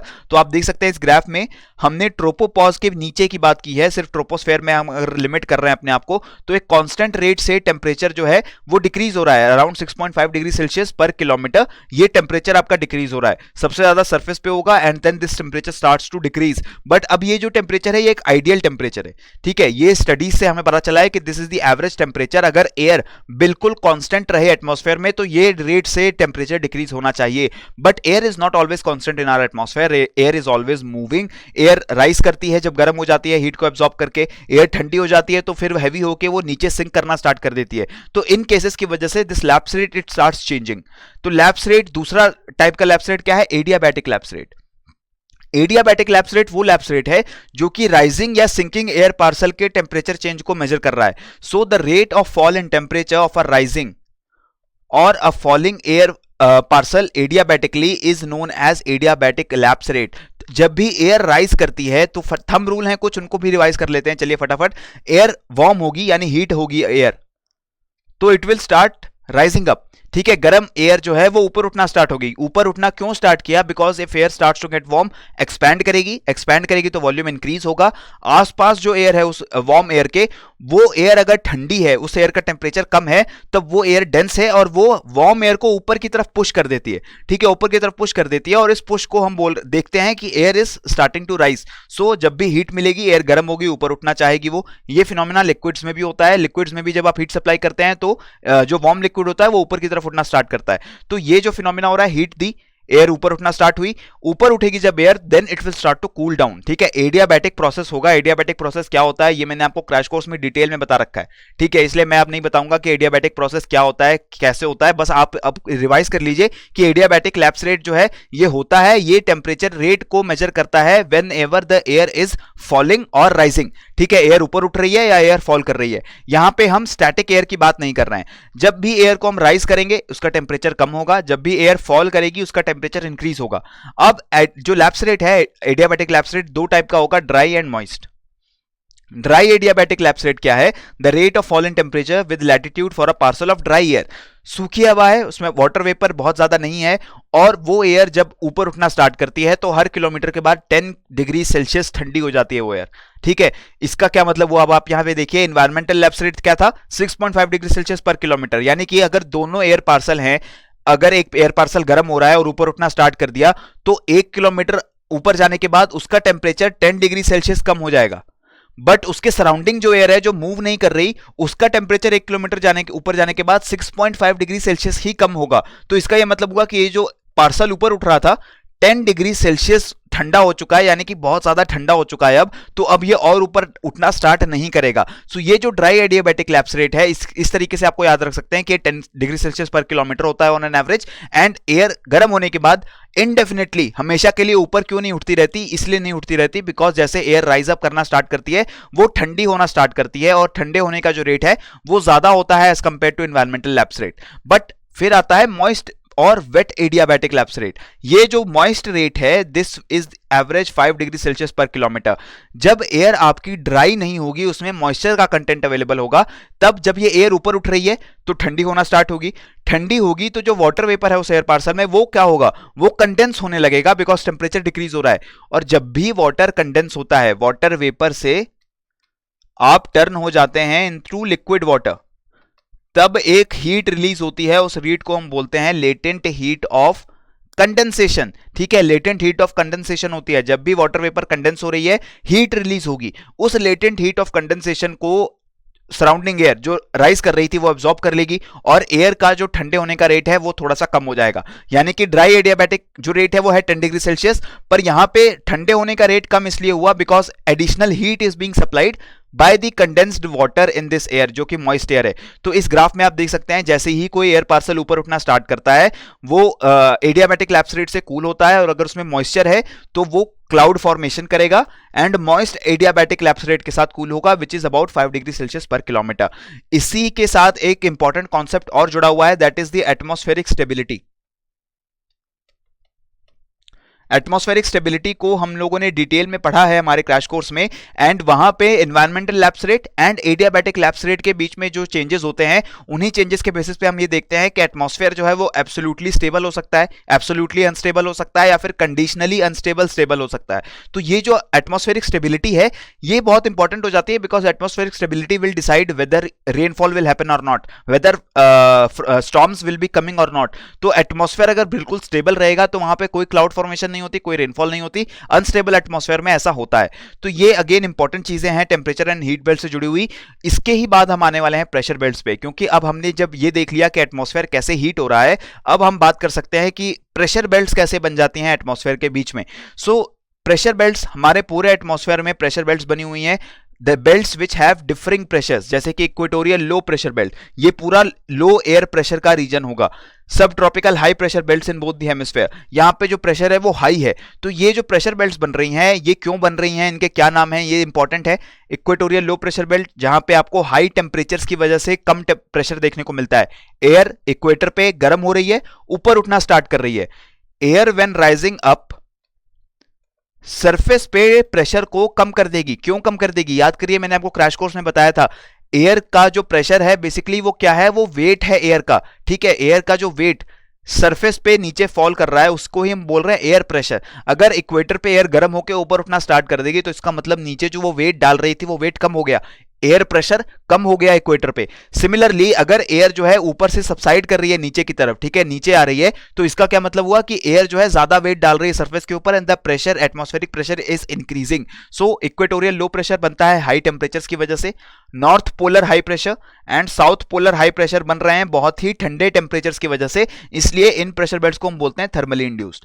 Similarly dynamically induced pressure belts कौन सी होती हैं, sub tropical high in the north and south and sub polar low in the north and south hemisphere. ये जो sub tropical high and sub polar low pressure belts बनती हैं, this is not happening because of temperature. Poles में जो high pressure है, equator पे जो low pressure है, वो बिल्कुल बन रहा है टेम्परेचर की वजह से, हाई एंड लो टेम्परेचर्स की वजह से। But sub polar low and sub tropical high pressure, these belts they are dynamically induced. ये विंड मूवमेंट्स की वजह से बन रहे हैं। हाई प्रेशर में एयर आके सबसाइड होती है क्योंकि इक्वेटर पे एयर राइज करेगी, हमने अभी बात की है, इक्वेटर पे एयर राइज कर रही है। राइज करने के बाद obviously this air will start travelling sideways travel करेगी। जब साइडवेज ट्रेवल करेगी तो कुछ डिस्टेंस जाने के बाद this air it will start falling down. ये जो एयर है नीचे की तरफ जो है बैठना स्टार्ट कर देगी बिकॉज अब ये एयर काफी ठंडी हो चुकी है ऊपर जाके।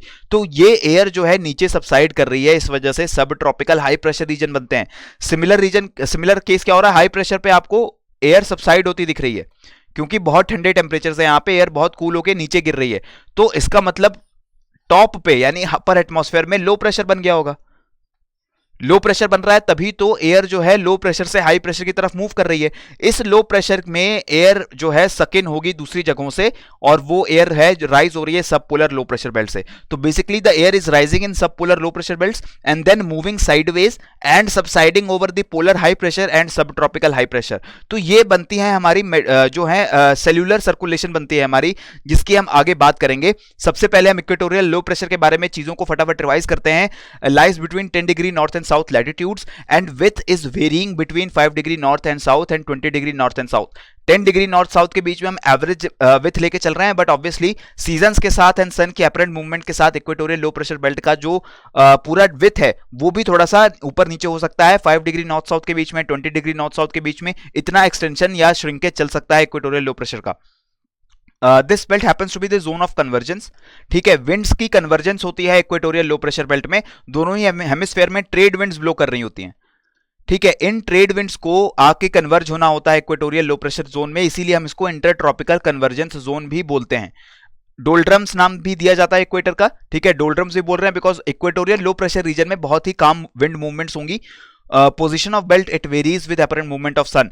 जब भी नॉर्दर्न हेमिस्फीयर में समर आएगा यानी कि सन जो है वो थोड़ा सा नॉर्थ मूव करके ट्रॉपिक ऑफ कैप्रिकॉर्न के आसपास आ चुका है, सॉरी ट्रॉपिक ऑफ कैंसर के आसपास आ चुका है, तब ये जो इक्वेटोरियल लो प्रेशर बेल्ट है, डोल्ड्रम्स हैं, ये भी थोड़ा सा नॉर्थवर्ड शिफ्ट हो जाते हैं। सिमिलरली जब सदर्न हेमिस्फीयर में समर होगा तो this layer will somewhat shift towards the south. तो ये इक्वेटोरियल लो प्रेशर बेल्ट है, ये थोड़ा सा सन के मूवमेंट के साथ शिफ्ट होती रहती है। Strong convection current setup in this zone. ठीक है, कन्वेंशन नहीं, this is convection currents. Strong convection currents are setting up in the zone and are responsible for greater height of tropopause at the equator। जो मैंने आपको बताया था कि tropopause की हाइट ज्यादा होती है इक्वेटर पे, तो वो क्यों होती है? Because strong convection current setup हो रहे हैं, एयर बहुत तेजी से ऊपर उठती है क्योंकि काफी गर्म हो रही है सन की वजह से, एंड काफी हाइट तक वो ऊपर उठने के बाद ठंडी हो पाती है, और इसीलिए ट्रोपोपॉज की जो हाइट है वो ज्यादा रहती है at the equator, but this height it decreases. ठीक है, यहां पे हाइट ज्यादा है ट्रोपोपॉज की over the equator, but at the poles this height will decrease। ठीक है, सब ट्रॉपिकल हाई प्रेशर की बात कर रहे हैं, तो यहां पे एयर जो इक्वेटोरियल लो प्रेशर से राइज की थी वो आके सबसाइड कर रही है हमारे इस रीजन में, and this region between the 30 degree and 35 degree latitudes in both the hemisphere, यानी 30 and 35 degree north and 30 and 35 degree south, इस नैरो रीजन में हमारा सब ट्रॉपिकल हाई प्रेशर बनने वाला है। ये डायनामिकली इंड्यूस्ड बेल्ट है, टेम्परेचर का लेना देना नहीं है इस बेल्ट की फॉर्मेशन में, ये डायनामिकली इंड्यूस्ड है। ये विंड की मूवमेंट्स की वजह से हाई प्रेशर बना है, क्योंकि विंड्स आके यहां पे इकट्ठी होनी स्टार्ट हो गई थी। रीजन इज यूजुअली काम with feeble winds but tropical and extra tropical storms often invade। ये रीजन जो है हाई प्रेशर का, ये भी बहुत काम रीजन रहता है और काम विंड्स यहाँ पे ब्लो करती है, बट ऑब्वियसली कई बार टेम्परेट एंड ट्रॉपिकल साइक्लोन जब उनकी फॉर्मेशन होती है तो वो इस रीजन में भी इन्वेड कर सकते हैं। Most of the deserts they are present along this belt, चाहे हॉट डेजर्ट्स की बात करें चाहे टेम्परेट डेजर्ट्स की बात करें, हाई प्रेशर बेल्ट्स के अराउंड आपको डेजर्ट्स की फॉर्मेशन देखने को मिलती है हर कॉन्टिनेंट में। सहारा की बात करिए आप, गोबी डेजर्ट की बात करिए अर्जेंटीना में, पैटागोनिया डेजर्ट, एटाकामा डेजर्ट की बात करिए, कालाहारी, नामेब, जितने भी ये डेजर्ट हैं, ज्यादातर डेजर्ट्स आप देखेंगे कि वो सब tropical high pressure belt in any of the hemisphere वहीं पे लोकेटेड है। क्यों डेजर्ट बन रहे हैं जहां पे हाई प्रेशर है? सिंपल सा रीजन है, बिकॉज हाई प्रेशर अगर है सरफेस के ऊपर, इसका मतलब एयर नीचे आ रही है। ठीक है, थंब रूल इसको भूलना नहीं, थंब रूल को हमेशा याद रखना है। थंब रूल क्या है? एयर गर्म हुई ऊपर जाएगी, गर्म क्यों हुई? गर्म हुई ऊपर जाएगी तो सरफेस पे लो प्रेशर बनेगा। एयर ठंडी हुई तो नीचे की तरफ मूव करना स्टार्ट करेगी बिकॉज ज्यादा हैवी हो गई है, और जब एयर नीचे आएगी तो सरफेस पे हाई प्रेशर बनेगा। ठीक है, तो जिस जगह सरफेस पे हाई प्रेशर है, इसका मतलब वहां पे ऊपर से यानी कि अपर एटमॉस्फेयर से जो एयर है नीचे आ रही है, सबसाइड कर रही है। जब भी एयर नीचे सबसाइड कर रही होगी तब वहां पे रेनफॉल बहुत मुश्किल है, रेनफॉल नहीं हो पाएगी, क्योंकि एयर जब सबसाइड कर रही है तो टेम्परेचर इंक्रीज होगा, टेम्परेचर इंक्रीज होगा तो कंडेंसेशन नहीं होगी, कंडेंसेशन नहीं होगी तो रेनफॉल नहीं होगी। ठीक इसी का उल्टा प्रोसेस हो रहा है इक्वेटर पे। इक्वेटर पे एयर राइज कर रही है, राइज करेगी क्योंकि ज्यादा गर्म हो गई है, ज्यादा गर्म हो गई है, राइज कर रही है, राइज करने पे ठंडी होगी, ठंडी होगी तो उसमें कंडेंसेशन भी होगी और रेनफॉल देखने को मिलेगी। इसीलिए इक्वेटर पे आपको कोई डेजर्ट ज्यादा देखने को नहीं मिलेंगे, बट हाई प्रेशर रीजन्स में आपको डेजर्ट्स की फॉर्मेशन देखने को मिलती है। ये बात क्लियर हुई है। अब हम यहां देखते हैं सेल्यूलर सर्कुलेशन की भी हल्की सी बात हो जाएगी। यहां पे इक्वेटर पे हमने देखा एयर राइज करती है, ठीक है, this is the equatorial low region. फिर जो हाई प्रेशर रीजन आ रहा है 30 डिग्री लैटिट्यूड के अराउंड, यहां पे एयर सबसाइड कर रही है। इस पूरी साइकिल को हम बोल रहे हैं हेडली सेल। ये जो सर्कुलर सर्कुलेशन बन गया है एयर का, इसको हम बोल रहे हैं Hadley cell. Then Ferrel cell बनता है हमारे sub polar low and sub tropical high pressure के बीच में, ठीक है। This is Ferrel cell. यहां पे सब पोलर लो में एयर राइज करेगी, वार्म एयर राइज कर रही है, और सबसाइड करेगी in the high pressure region. So ये बन जाएगी हमारी फेरल सेल। थर्ड सेल बनेगी पोलर सेल, जो कि इस रीजन और पोल्स के बीच में एग्जिस्ट करेगा। यहां पे जो एयर है राइज कर रही है, पोल्स तक गई, पोल्स में जाके सबसाइड कर रही है। Now this is polar cell, ठीक है। तो polar cell, Ferrel cell, Hadley cell. Hadley cell को हम ट्रॉपिकल सेल भी बोलते हैं, ठीक है। तो इसको भी आपको याद रखना है। ये टर्म्स भी हो सकता है आपको एग्जाम में देखने को मिल सकती हैं, तो कंफ्यूज नहीं हो जाना है वहां पे कि ये चीज क्या है, हेडली, ट्रॉपिकल, फेरल सेल। ये सेल्स भी हमारे इसी ट्राई सेलुलर सर्कुलेशन का पार्ट है। उसके बाद हम देखते हैं कॉरेस्पॉन्डिंग लैटिट्यूड्स ऑफ सब tropical high pressure belt are also known as horse latitudes. Horse latitudes क्यों बोलते हैं इन रीजन को, इसके पीछे एक बहुत इंटरेस्टिंग कहानी है, वो मैं आपको नहीं बताने वाला हूं। आप लोग अलग सोर्सेज को पढ़ते हैं तो वहां ये कहानी आपको जरूर मिल जाएगी। लेकिन हॉर्स लैटिट्यूड्स बोला जाता है सब ट्रॉपिकल हाई प्रेशर बेल्ट्स को। और इन रीजन में इतना ध्यान रखना है आपको हमेशा कि बहुत ही काम विंड मूवमेंट्स होंगी, स्टॉर्म्स बहुत नहीं आएंगे। स्टॉर्म्स अगर ओरिजिनेट हो रहे हैं तो वो ओरिजिनेट या तो इक्वेटर के और सब ट्रॉपिकल हाई प्रेशर बेल्ट के बीच में ओरिजिनेट होंगे, या फिर सब polar low and sub tropical high pressure belt के बीच में ओरिजिनेट होंगे। ओरिजिनेट होने के बाद they can invade into the sub tropical high pressure belts. फिर सब पोलर लो प्रेशर बेल्ट की बात आएगी तो this is a highly irregular belt. ये बाकी equatorial and sub tropical high pressure belt की तरह रेगुलर बेल्ट नहीं है, ठीक है। यहां रेगुलरली आपको दिख रहा है, बट अगर हम ग्लोब की बात करें तो कुछ रीजन्स में ही ये सब पोलर लो प्रेशर बेल्ट जो है वो ज्यादा रेगुलर रहती है। जैसे कि located between 50 degree north and the Arctic circle and 50 degree south and Antarctic circle. But southern hemisphere में अगर हम बात कर रहे हैं तो सदर्न हेमिस्फेयर में ये जो बेल्ट है ज्यादा रेगुलर होती है। नदर्न हेमिस्फेयर में सिर्फ दो रीजन्स में हमें लो प्रेशर के जोन्स देखने को मिलते हैं, around the Iceland that is Icelandic low and around Aleutian island that is Aleutian depression. तो आप देख सकते हैं इस मैप में आइसलैंड के अराउंड एक लो प्रेशर रीजन बना हुआ है, और एल्यूशियन आइलैंड्स यानी ये वाला जो रीजन है यहां पे आपको लो प्रेशर देखने को मिल रहा है। बाकी जहां पे लैंड मास आ रहे हैं, आप देखिए लैंड मासेस जहां पे आ गए वहां पे हाई प्रेशर बन जाता है। सब पोलर लो प्रेशर बेल्ट का जो लो प्रेशर है उसकी कंटिन्यूटी ब्रेक हो जाती है। Why this is happening, because जो लैंड मासेस हैं वो सन से आने वाले इंसोलेशन के हिसाब से काफी ज्यादा टेम्परेचर को शो करते हैं, वेरिएशन को शो करते हैं, जिससे ऊपर जो इनके एयर लाई करती है उसमें भी बहुत ज्यादा प्रेशर का डिफरेंस होता है। So therefore these land masses they will be very cold during the winters of northern hemisphere and they will be slightly warmer in the summers of the northern hemisphere। इसकी वजह से ऊपर जो air है वो constantly low pressure में नहीं रह पाती, क्योंकि अगेन मैंने आपको बताया टेम्परेचर्स तो यहाँ पे कोई सिग्निफिकेंट नहीं है, ये डायनामिकली बेल्ट इंड्यूस्ड बेल्ट है। तो यहाँ पे विंड मूवमेंट्स की वजह से ही लो प्रेशर जो है वो बन रहा था, बट यहां पे टेम्परेचर डिफरेंस अगर इतना क्रिएट हो जाए तो ये जो बेल्ट है वो ब्रेक भी हो सकती है। सो सीजनल टेम्परेचर वेरिएशंस जो हैं वो नॉर्दर्न हेमिस्फीयर में ज्यादा प्रोनाउंस्ड रहती हैं, इस वजह से ये बेल्ट नॉर्दर्न हेमिस्फीयर में इरेगुलर है, और लैंड एरिया ज्यादा है नॉर्थर्न हेमिस्फीयर में। ये भी एक रीजन है कि this belt is irregular and confined only over the oceanic areas. Southern hemisphere में this zone is much more regular, because southern hemisphere में आप देखेंगे कि लैंड मासेस ज्यादा एग्जिस्ट नहीं करते on this latitude of 50 degree to 66.5 degree north and south. फिर अब बात आती है पोलर हाई प्रेशर की। दिस इज वेरी सिंपल, क्योंकि पोल्स पे बहुत ज्यादा ठंडे टेम्परेचर्स हैं, वहां पे बहुत ज्यादा हाई प्रेशर एग्जिस्ट करता है। ये भी थर्मली इंड्यूस्ड बेल्ट है। 80 डिग्री से 90 डिग्री के बीच में जो सर्कल बन रहा है, इस सर्कल में आपको बहुत ज्यादा हाई प्रेशर देखने को मिलेगा। एयर सबसाइड कर रही है, इसका मतलब काफी स्टेबल एटमॉस्फेयर भी है, बहुत ज्यादा रेनफॉल प्रेसिपिटेशन नहीं होगा इन रीजन्स में। ये भी एक रीजन है कि जो पोलर एरियाज हैं एंटार्क्टिक एंड आर्कटिक, ये एक तरीके से कोल्ड डेजर्ट्स भी बोला जाता है, ठीक है, बिकॉज बहुत ज्यादा कंडेंसेशन प्रेसिपिटेशन यहां पे नहीं होने वाला है, ठीक है। अब हम बढ़ रहे हैं आगे, हम बात करेंगे विंड सिस्टम की। विंड सिस्टम की बात कर रहे हैं। विंड्स में बेसिक डेफिनेशन क्या है? Horizontal movement of wind is known as horizontal movement of air is known as winds, ठीक है। हॉरिजॉन्टल मूवमेंट को हम विंड बोलते हैं, वर्टिकल मूवमेंट को हम करंट्स बोलते हैं। ये हमारी ज्योग्राफी की लिंगो है, ज्योग्राफी में लिंगो, तो इसलिए थोड़ा सा डिमार्केट करना आसान हो जाता है। करंट्स की बात होगी, इसका मतलब एयर ऊपर या नीचे जा रही है। विंड्स की बात हो रही है, इसका मतलब जो है हॉरिजॉन्टल मूवमेंट हो रहा है एयर का। तो ये टेक्निकल डेफिनेशंस हैं हमारे, जो हम प्रिपरेशन कर रहे हैं उसके कोर्स में। करंट्स एंड विंड, ऑब्वियसली इसको हम इंटरचेंजेबली यूज कर सकते हैं। Winds blow from a high atmospheric pressure region to low atmospheric pressure, बिल्कुल क्लियर बात है। हाई प्रेशर से लो प्रेशर की तरफ ब्लो करेगी winds. Winds which move from west to east are known as westerlies. हमेशा ध्यान रखिए, वेस्टर्ली विंड, ईस्टर्ली विंड, इसका मतलब क्या है, जिस डायरेक्शन से विंड आ रही है उस डायरेक्शन से के नाम पे वेस्टर्ली ईस्टर्ली नाम पड़ता है। वेस्टर्ली विंड जो है वो वेस्ट की तरफ से आ रही होगी एंड ईस्टर्ली विंड जो है वो ईस्ट की तरफ से ब्लो कर रही होंगी, वेस्ट की तरफ। ठीक है, तो ये भी डेफिनेशन आपको क्लियर होनी चाहिए। फैक्टर्स अफेक्टिंग विंड्स, अब जो अलग अलग फैक्टर्स हैं विंड को अफेक्ट कर रहे हैं, तो सबसे पहले तो प्रेशर ग्रेडियंट फोर्स, ये सबसे ज्यादा इंपॉर्टेंट है। प्रेशर ग्रेडियंट का मतलब क्या है, जो प्रेशर डिफरेंस क्रिएट हो रहा है, एक रीजन हाई प्रेशर है, एक रीजन लो प्रेशर है, इसी को मिनिमाइज करने के लिए, प्रेशर को बैलेंस करने के लिए विंड ब्लो करती है, हाई प्रेशर से लो प्रेशर की तरफ जाती है। तो ये जो प्रेशर ग्रेडियंट फोर्स है यही ड्राइव करती है विंड को। हमेशा pressure gradient force low pressure areas की तरफ एक्ट करेगी, आइसोबार्स के परपेंडिकुलर रहेगी हमेशा। ये हैं आपके isobars. What are isobars? The lines which join the places with equal atmospheric pressure.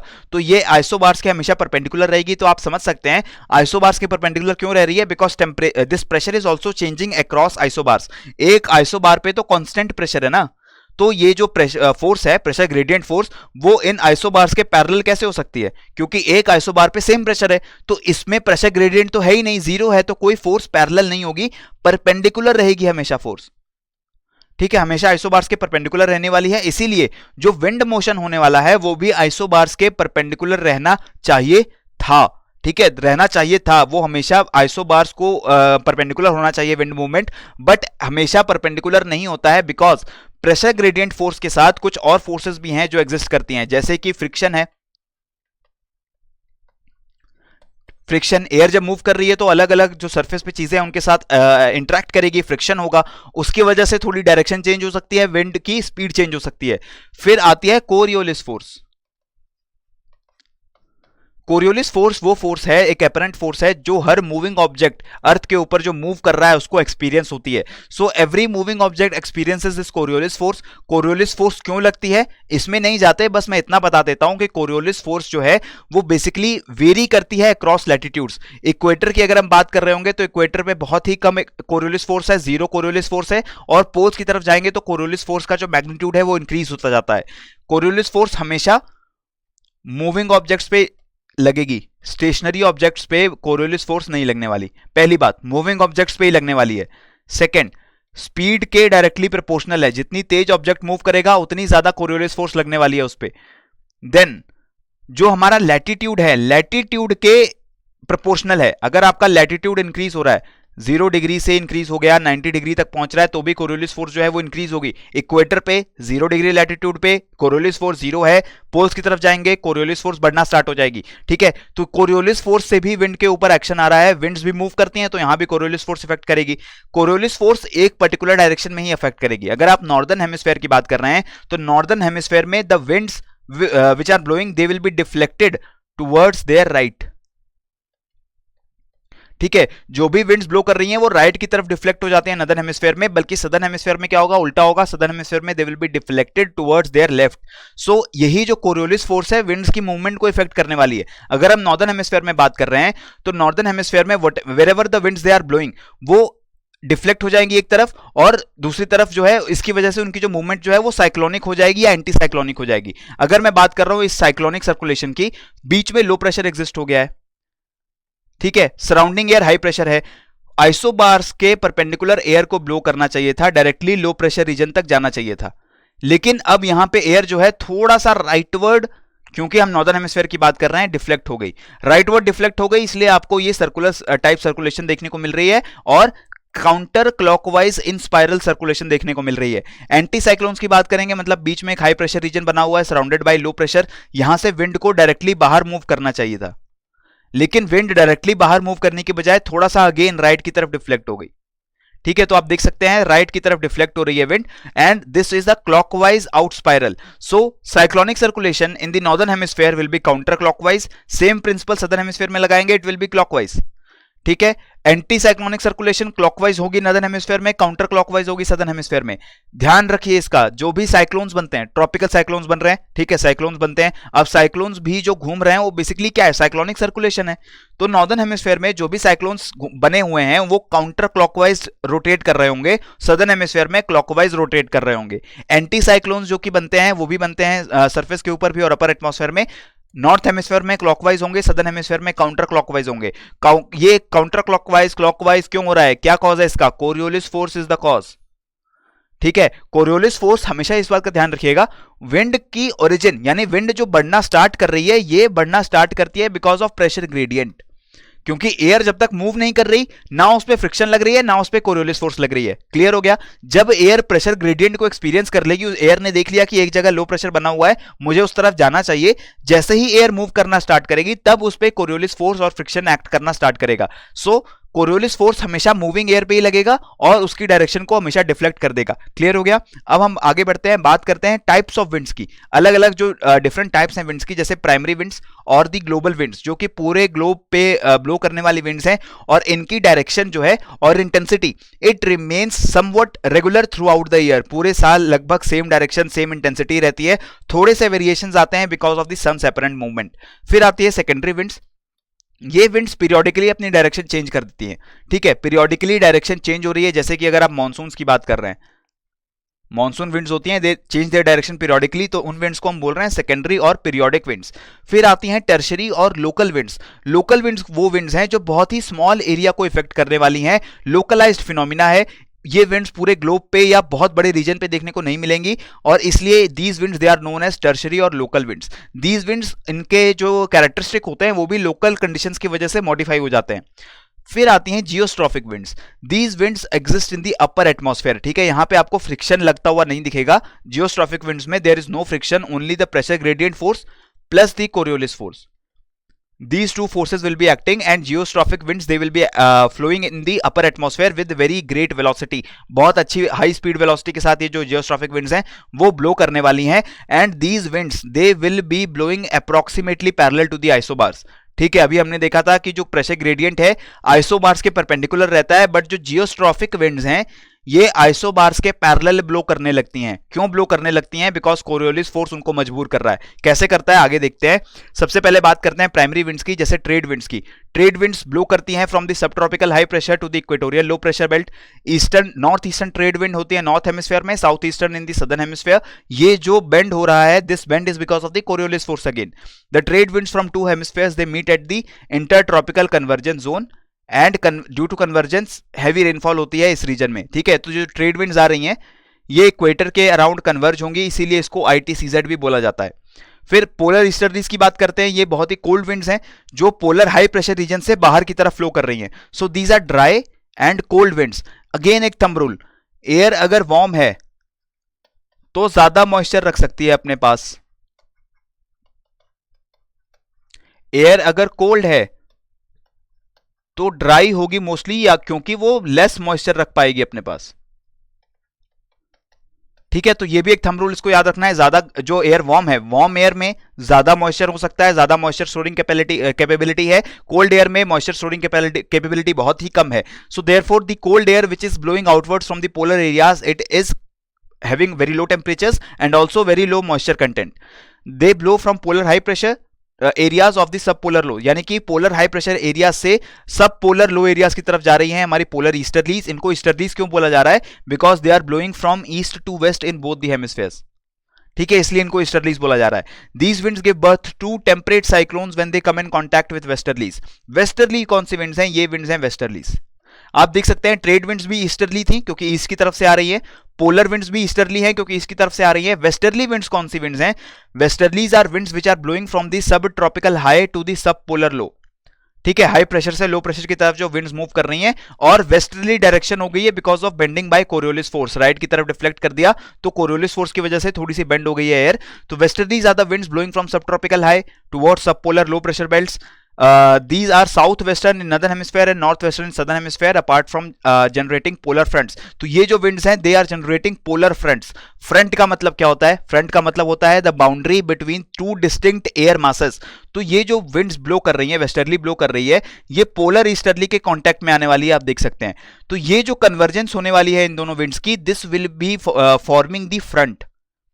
यहां पे फ्रंट्स की फॉर्मेशन होगी। अब ये जो फ्रंट्स की फॉर्मेशन होगी, यहां पे एक तरफ काफी कोल्ड और ड्राई एयर है, और दूसरी तरफ जो वेस्टर्लीज आ रही हैं वो कहां से आ रही हैं? Sub tropical high pressure belt से। So they are warm and they may be having moisture और they may not be having moisture.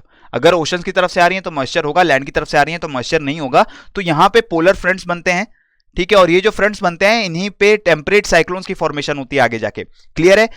These westerlies they are very strong and persistent in the southern hemisphere। आप southern hemisphere में अगर आप देखेंगे तो यहां पे आप देख रहे हैं ज्यादा लैंड मास नहीं है, प्रेशर डिफरेंसेस बहुत ज्यादा नहीं है। प्रेशर डिफरेंस जो है high pressure and low pressure के बीच में, वही कंटिन्यूअस प्रेशर बेल्ट है। तो मैंने आपको ये भी बताया था कि सदर्न हेमिस्फीयर में जो सब पोलर लो प्रेशर बेल्ट है वो ज्यादा रेगुलर होता है। This is the reason the westerlies they are more stronger and more persistent in the southern hemisphere, और नदर्न हेमिस्फीयर में उतनी स्ट्रॉन्ग वेस्टर्लीज नहीं देखने को मिलती। तो इसीलिए जो ये 40 डिग्री 65 डिग्री लैटिट्यूड्स पे वेस्टर्लीज ब्लो कर रही हैं, इनको roaring 40s, furious 50s, shrieking 60s भी बोला जाता है, because these winds they blow with a great speed, with great energy, great intensity and navigation को भी हेल्प करने में ये जो विंड्स हैं वो हेल्प करती हैं। अब बात करते हैं सेकेंडरी विंड्स की, जैसे कि land and sea breeze. Land and sea breeze secondary winds क्यों है? क्योंकि पीरियोडिकली डायरेक्शन रिवर्स हो रही है। दिन में कुछ और डायरेक्शन है, रात के समय कुछ और डायरेक्शन है। दिन के समय क्या हो रहा है? दिन के समय the wind is blowing towards the land, because land is warmer, low pressure है लैंड के ऊपर, ठीक है, लैंड के ऊपर लो प्रेशर है, सी के ऊपर हाई प्रेशर है ड्यूरिंग डे टाइम, क्योंकि सन आया हुआ है अभी। अब जो लो प्रेशर है इसकी तरफ विंड मूव करेगी। रात के समय क्या होगा? This condition will reverse, low pressure यहां शिफ्ट हो जाएगा, हाई प्रेशर यहां शिफ्ट हो जाएगा। अब रात के समय चेंजेस क्या हो गए कि now the insulation is not there, so therefore the land will cool quickly and sea will remain comparatively warmer. जो वाटर बॉडीज होती हैं वो हमेशा धीरे धीरे गर्म होंगी, धीरे धीरे ठंडी होंगी, मॉडरेट में काम करना चाहता है वाटर बॉडीज। तो जो एरियाज भी वाटर बॉडीज के पास होते हैं वहां पे आपको ज्यादा टेम्परेचर डिफरेंसेस देखने को नहीं मिलते। जो एरियाज इनलैंड है, वाटर बॉडीज से दूर है, वहां पे ज्यादा टेम्परेचर रेंज होता है। सेम रीजन है कि ये जो यूनिफॉर्म इफेक्ट मिलता है हमें वाटर बॉडीज की वजह से, इसकी वजह से हमें टेम्परेचर का जो है वेरिएशन देखने को मिलता है। तो ये जो लो प्रेशर है दिन के समय on the land, it will turn into high pressure during the night time, but जो सी के ऊपर प्रेशर था वो रिलेटिवली सेम रहने वाला है दिन के समय भी रात के समय भी। तो इसीलिए विंड की डायरेक्शन रिवर्स हो गई, ये हमारी सेकेंडरी विंड बन गई। वैली एंड माउंटेन ब्रीज में भी सेम फिनोमिना हो रहा है। दिन के समय क्या होने वाला है? The slopes of the mountains they will get heated up, ठीक है, creating a low pressure and the wind will start moving upwards. अगर हम माउंटेन्स की बात कर रहे हैं तो दिन के समय जो है विंड ऊपर की तरफ जाएगी, बिकॉज ऊपर से एयर वार्म होके राइज कर गई and the air will start rising up the slope. रात के समय बिल्कुल उल्टा होगा। रात के समय क्या होगा? ये जो स्लोप्स हैं बहुत जल्दी ठंडी हो जाएंगी and heavier cooler air will start moving downwards, ठीक है। तो अगेन ये माउंटेन एंड वैली ब्रीजेस बन जाएंगी। दिन के समय क्या हो रहा है? दिन के समय हमें वैली ब्रीज देखने को मिल रही है, बिकॉज वैली से विंड आ रही है माउंटेन की तरफ। रात के समय माउंटेन से विंड आ रही है या ब्रीज आ रही है वैली की तरफ, so this is valley and mountain breeze. यहां पे एक टर्म और इसको मैं बता देता हूं, कैटाबैटिक एनाबैटिक विंड है, इसको भी रिवाइज कर लेते हैं। कैटाबैटिक विंड क्या है? Which is flowing down a slope under the force of gravity, ठीक है। एक विंड थी, आराम से एयर चल रहा था, बीच में एक माउंटेन आ गया। अब एयर जो है इस माउंटेन को क्रॉस कर गई, तो अब यहां पे क्या है? एयर को फॉल करना पड़ेगा नीचे, ठीक है। एयर जब फॉल करेगी यानी ग्रेविटी की वजह से नीचे आ रही है, तब हम उसे बोलते हैं कैटाबैटिक विंड। कैटाबैटिक विंड के साथ क्या होने वाला है? गर्म होने वाली है, ठंडी होने वाली है? ये गर्म होने वाली है, बिकॉज नीचे जा रही है। सिमिलरली एनाबैटिक विंड में क्या होगा? Driven by heating of the slope through insulation and it is blowing up. जो विंड ऊपर की तरफ ब्लो करना स्टार्ट कर देगी उसको हम बोलेंगे एनाबैटिक विंड। और एनाबैटिक विंड का टेम्परेचर क्या होने वाला है? ये कम होने वाला है, क्योंकि इसकी हाइट इंक्रीज हो रही है। सो ये कैटाबैटिक एनाबैटिक विंड, इसको भी आपको ध्यान रखना है। ये भी टर्मिनोलॉजीज हैं जो यूपीएससी के प्रीवियस ईयर्स में यूज की जा चुकी हैं। फिर आते हैं टर्शरी विंड्स पे। टर्शरी विंड्स जो मैंने आपको बताया लोकल एरियाज के ऊपर एक्ट करने वाली हैं। इस मैप में मैंने आपको कुछ टर्शरी विंड्स शो की हैं।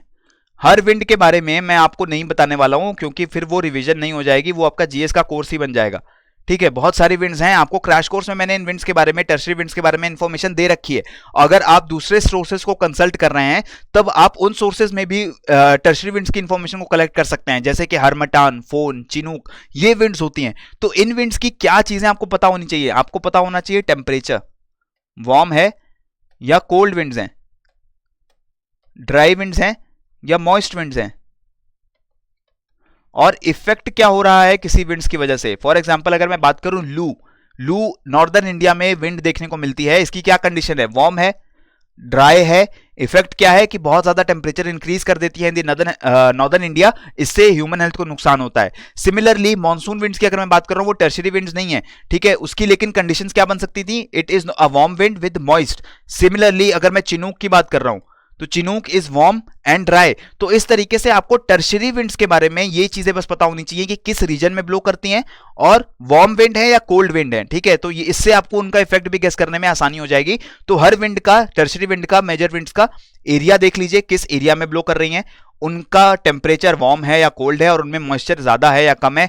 आपका टर्शरी विंड के ऊपर जो क्वेश्चन आएगा तो आपका इजीली सॉल्व हो जाएगा अगर आपके पास इतनी इंफॉर्मेशन है। फिर आते हैं हम जियोस्ट्रॉफिक विंड्स के ऊपर। सो जियोस्ट्रॉफिक विंड्स की अगर हम बात कर रहे हैं दोस्तों, तो जियोस्ट्रॉफिक विंड्स में, हाँ, तो जियोस्ट्रॉफिक विंड्स की हम बात कर रहे हैं। Geostrophic winds they exist in the upper atmosphere, ठीक है। जियोस्ट्रॉफिक विंड्स की ही एक टाइप है jet streams. So jet streams they are a type of geostrophic winds. Geostrophic winds तब एक्ट करती हैं when the Coriolis force is acting opposite to the pressure gradient force।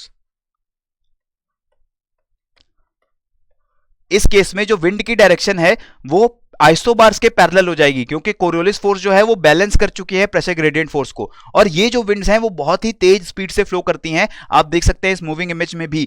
Jet streams they are a type of geostrophic wind. These are circumpolar, आप देख सकते हैं poles के around move करने वाली विंड्स हैं। Narrow bands and concentrated bands, ये जो विंड्स हैं वो नैरो बैंड्स में फ्लो करने वाली हैं जेट स्ट्रीम्स, ठीक है। 50 to 150 किलोमीटर अक्रॉस बैंड्स होंगे। मिएंडरिंग विंड्स हैं, वेव लाइक फॉर्मेशंस बन रही है, आप देख सकते हैं यहाँ पे। अपर ट्रोपोस्फेरिक है, इन अपर हाइट यानी कि वो सरफेस पे एग्जिस्ट नहीं कर रही है, अपर ट्रोपोस्फेयर में, यानी कि हाइट जो है वो इंक्रीज हो चुकी है। अगर हम इक्वेटोरियल एरियाज की बात कर रहे हैं तो 10 किलोमीटर के अराउंड की हाइट पे ये जो जेट स्ट्रीम्स है वो ब्लो करेगी। हाई वेलोसिटी विंड्स हैं, 400 किलोमीटर पर आवर तक की वेलोसिटी पहुंच सकती है इन विंड्स की। They are geostrophic streams and upper level westerlies. These winds are westerlies because they are blowing from west to east, ठीक है। तो जेट स्ट्रीम्स के बारे में क्या चीजें पता होनी चाहिए? हाई स्पीड विंड्स होती हैं, अपर ट्रोपोस्फेयर में ब्लो करती हैं, नैरो बैंड्स की फॉर्म में फ्लो करती हैं, वेव्स लाइक मेंडर इसमें इंड्यूस हो जाते हैं, यानी कि वेव लाइक फॉर्मेशंस होती हैं इसमें। और पोल्स के अराउंड जो है ये विंड्स मूव करती रहती हैं, यानी पोल्स के अराउंड सर्कमपोलेट करती रहती हैं। तो ये जेट स्ट्रीम्स इंपॉर्टेंट विंड्स हैं। क्यों इंपॉर्टेंट विंड्स हैं? बिकॉज जेट स्ट्रीम्स की वजह से हमें काफी ज्यादा वेदर फिनोमिना भी देखने को मिलते हैं। इवन जो फ्लाइट्स होती हैं, कॉमर्शियल जेट्स की फ्लाइट होती है, काफी ज्यादा हेल्प कर सकती है उनको जेट स्ट्रीम्स। क्योंकि अगर आप न्यूयॉर्क से लंदन की तरफ जा रहे हैं तो ये जो जेट स्ट्रीम चल रही है ना, यही आपको बहुत तेजी से ले जाएगी लंदन की तरफ। जितना टाइम आपको नॉर्मल लगना था उससे बहुत ज्यादा कम टाइम लगेगा as compare to the normal time. But अगर आप ऑपोजिट मूव कर रहे होंगे, लंदन से न्यूयॉर्क जा रहे हैं, तब ये जो जेट स्ट्रीम्स हैं आपको बहुत परेशानी देने वाली है।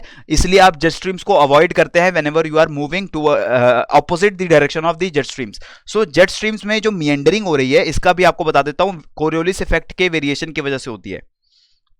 जेट स्ट्रीम्स फ्लो कर रही हैं, मतलब PGF that is pressure gradient is balanced bye Coriolis force. लेकिन कोरियोलिस फोर्स स्टैटिक नहीं है। मैंने आपको बताया है कि कोरियोलिस फोर्स जो है वो लैटिट्यूड के हिसाब से चेंज हो जाती है। सो जो भी विंड्स ब्लो कर रही होंगी वहां पे पीजीएफ और सीएफ दोनों फोर्सेस बैलेंस हो गई। बट अब अगर यहां हल्का सा भी सीएफ चेंज हुआ, कोरियोलिस फोर्स हल्का सा भी चेंज हुआ, बढ़ा या घटा, तो ये विंड की डायरेक्शन जो है वो चेंज हो जाएगी। और इसी वजह से ये मिएंडरिंग चलती रहती है, because across the latitudes the Coriolis force it keeps on changing. These waves they are also known as Rossby waves. जब भी ये मिएंडरिंग देखने को मिलती है because of variation in Coriolis force, तब हम देखते हैं उन्हें हम बोलते हैं रॉसबी वेव्स, ठीक है।